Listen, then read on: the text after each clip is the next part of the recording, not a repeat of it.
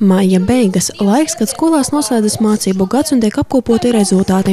Daudzus gadus pēc kārtas 13. vidusskolā šajās dienās godalgo labākos skolēnus, kuriem ir labi veicies vietējās, reģionālajās, valsts un starptautiskajās olimpiādēs un konkursos. Šogad goda diena pirmo reizi notika lielajā kultūras pils zālē. Skolēni kopā ar saviem skolotājiem sniedza īstu koncertu. Skatītājiem uzstājās slavenais orķestris Dixieland, skolas ansambļi un koris.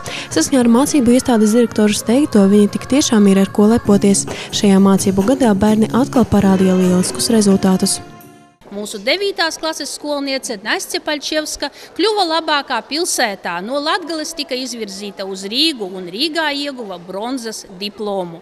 Tāpat šī meitene uzrādīja arī brīnišķīgu rezultātu bioloģijas olimpiādē. Mūsu skolēns Marks Smirnovs ieguva 1. vietu pilsētas mērogā vēstures olimpiādē. Kā vienmēr ļoti aktīvi strādāja mūsu zinātniski pētnieciskās darbības aktīvisti. 5 darbi Rīgā ieguva godalgotas vietas. Uzskaitīt bērnu sasniegumus var bezgalīgi, un pateicoties kopējiem skolotāju un skolēnu pūlēm, viņiem izdevās saņemt pagājušā gada 2. vietu Latvijas labāko mazo skolu sarakstā. Galvenais vārds, kurš skan jūsu skolā un šajā zālē, šis vārds ir panākumi. Bet panākumi parasti tiek kaldināti ļoti īpatnējā veidā, un tiem ir viens atslēgas vārds. Atslēgas vārds panākumiem ir sadarbība. Sadarbība skolēns, skolēns mācību priekšmeta skolotājs, muzikants, orķestra vadītājs, zinātniskā darba rakstītājs un zinātniskā darba konsultants. Galu galā laborants, kurš atvērs fizikas kabineta durvis un ar šo vienkāršo žestu un šo vienkāršo soli palīdzēs tuvoties tik ilgi kārotajam panākumam. Tik tiešām šis mācību gads ir īpašs ar to, ka tajā autobusā, ar ko mēs braucām uz skolēnu zinātniski pētniecisko darbu aizstāvēšanu, bija ļoti daudz Daugavpils 13. vidusskolas skolēnu. Un es domāju, ka tas nepalika neievērots arī Rīgā.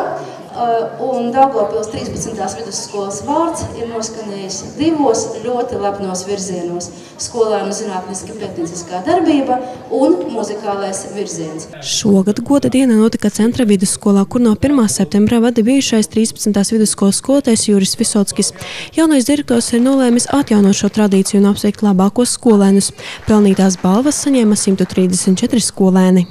Mēs rīkojam goda dienu, kurā mēs apbalvosim olimpiādes konkursu un zinātnisko pētniecisko darbu laureātus, kā arī skolēnis, kam ir labākas sekmes mācības un sportā, kā arī, teiksim, paldies vecākiem par viņu darbu. Lieliski jaunieši piedalījās konkursos sacensībās citos priekšmetos, piemēram, bioloģijā, vēsturē, datorzinātnē. Ar šiem augstajiem sasniegumiem apsveica tos ne tikai skolas administrācija, bet arī vecāku komiteja. Pie šiem svētkiem pievienojas arī uzņēmums.com, kas uzdāvināja 13. vidusskolas un Centra vidusskolas skolēniem garšīgas tortes.